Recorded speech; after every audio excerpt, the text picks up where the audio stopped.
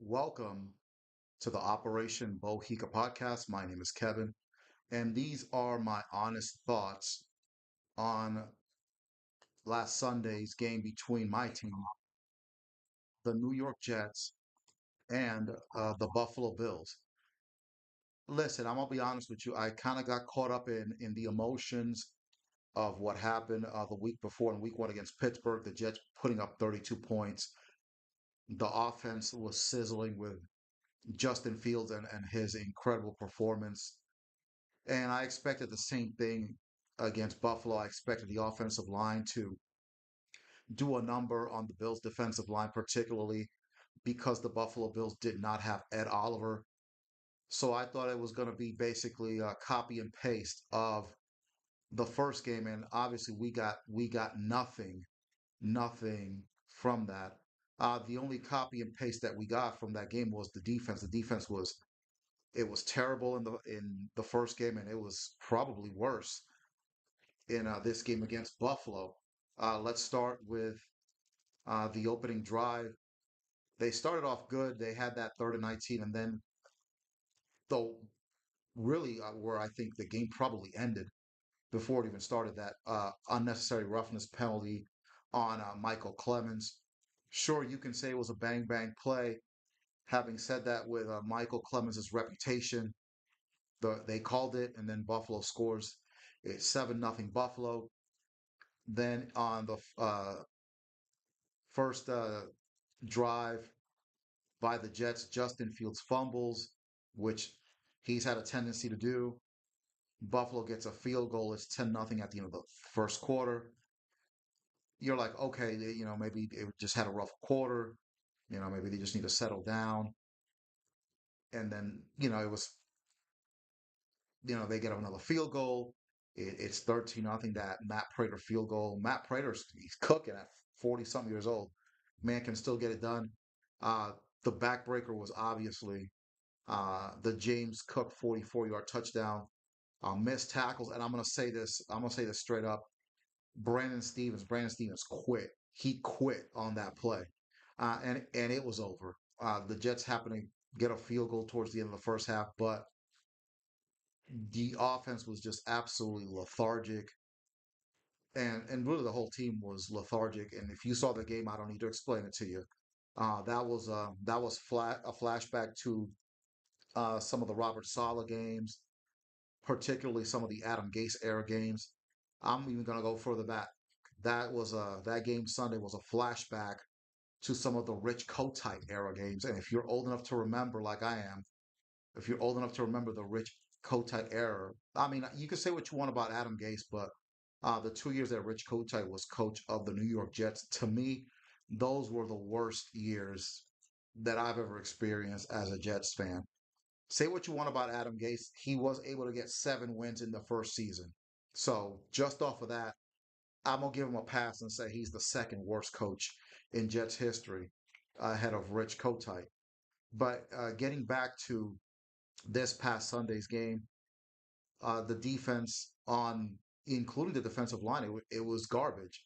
Did you even hear the name Will McDonald? Will McDonald had 2 sacks in the game against Pittsburgh. I kept when I was doing the watch along, I didn't hear Will McDonald's name at all. Barely heard Quentin Williams' name.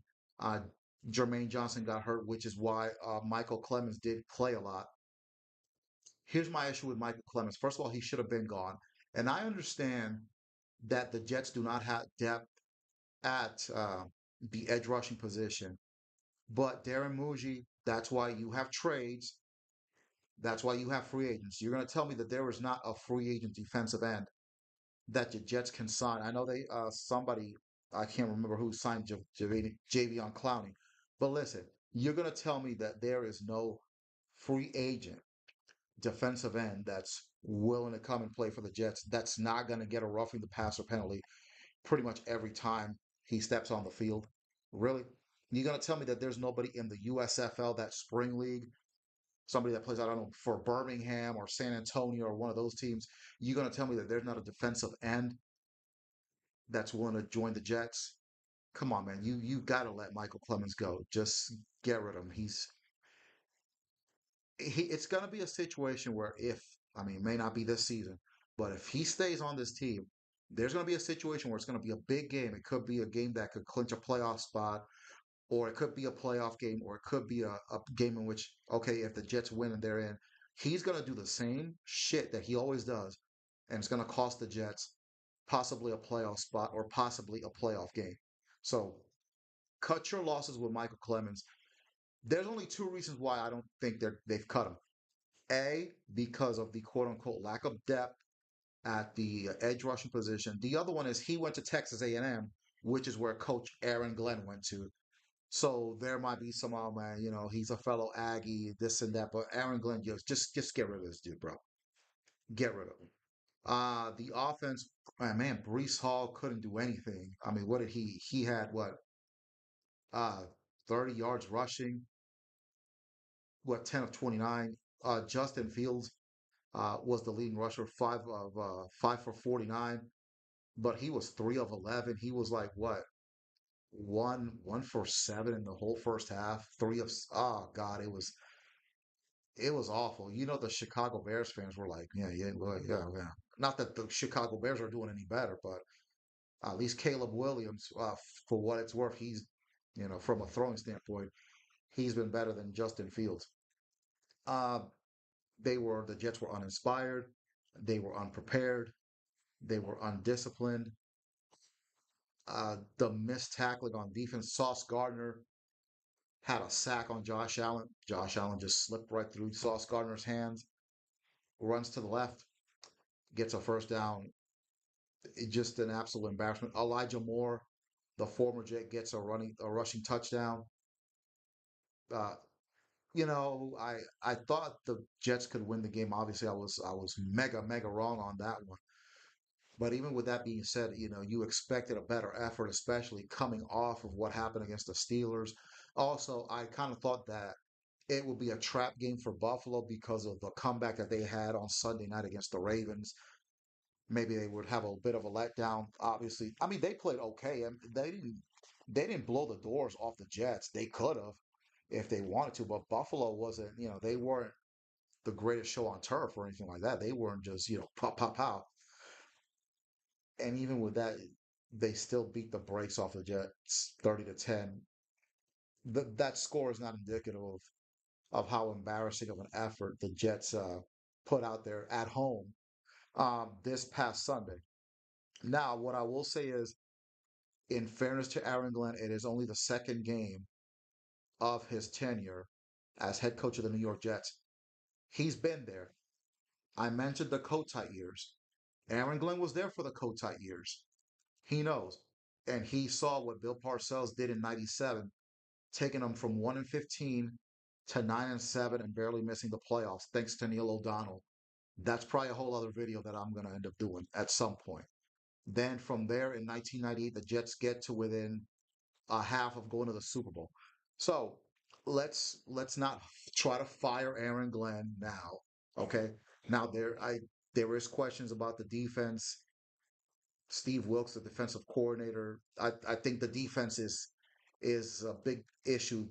They didn't get it done against Pittsburgh, and obviously they didn't get it done against Buffalo. Okay. Uh, in fairness to the defense, in fairness to the defense, you know, uh, on that fumble by Justin Fields, the Buffalo Bills had great field position, but they held them to a field goal. So let's be fair to the defense. There was a couple of times when they held Buffalo to 3 points. So it's like, okay, let's get the offense to go out there and get some going, and the offense never did get anything going. Thank you, Henry, for thank you for your comment. Appreciate it. Let's hope the Jets bounce back against Tampa Bay. That's going to be a tall order. Baker Mayfield, man, what a career turnaround he's had. Things didn't work out for him with the Cleveland Browns, but he's doing good things in Tampa Bay. Another comeback win. Tampa Bay should probably be 0-2. They score in the last minute against Atlanta. They score in the last minute against Houston.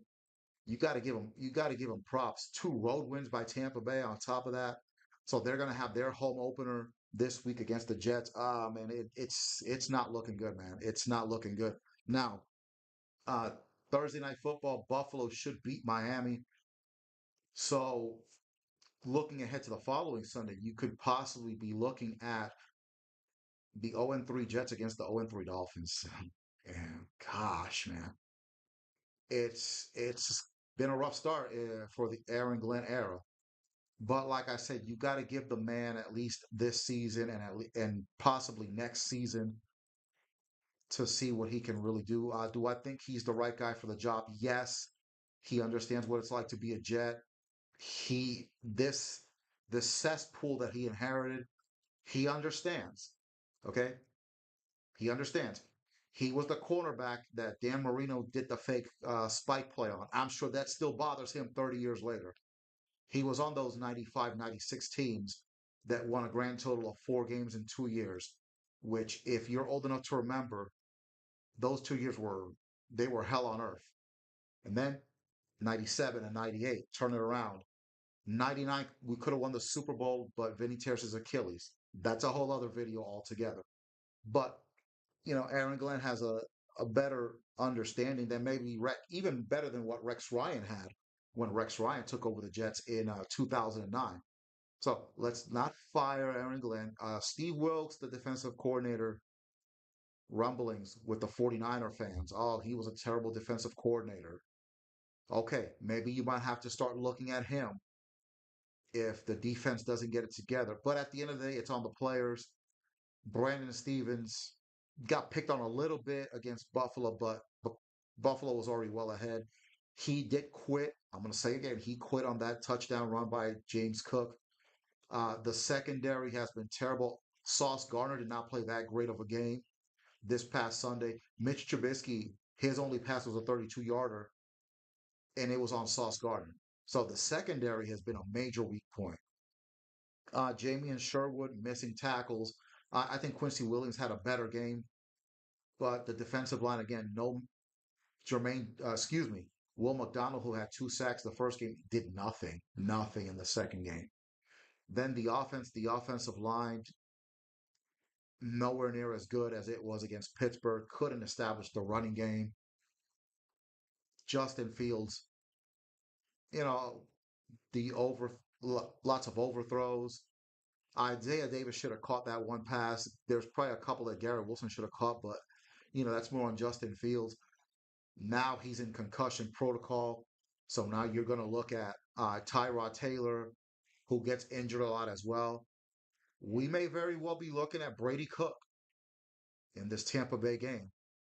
And we may very well see Brady Cook against the Dolphins, especially if the Jets lose to Tampa Bay. And depending on the concussion protocol, you know, Justin Fields may miss more than 1 week. He'll probably miss the Tampa Bay game. Should be back against Miami, but we may very well see Brady Cook, who did look good in preseason, but preseason and regular season are two different beasts altogether. So, those are my thoughts about the debacle that was the Buffalo Bills versus New York Jets game. Uh, Thank you to everybody that watched. And this has been the Operation Bohica podcast. I will give some thoughts on the Canelo Alvarez Terrence Crawford fight. That'll be my next video. And just if you like what you saw tonight, like, comment, and subscribe. And I am out.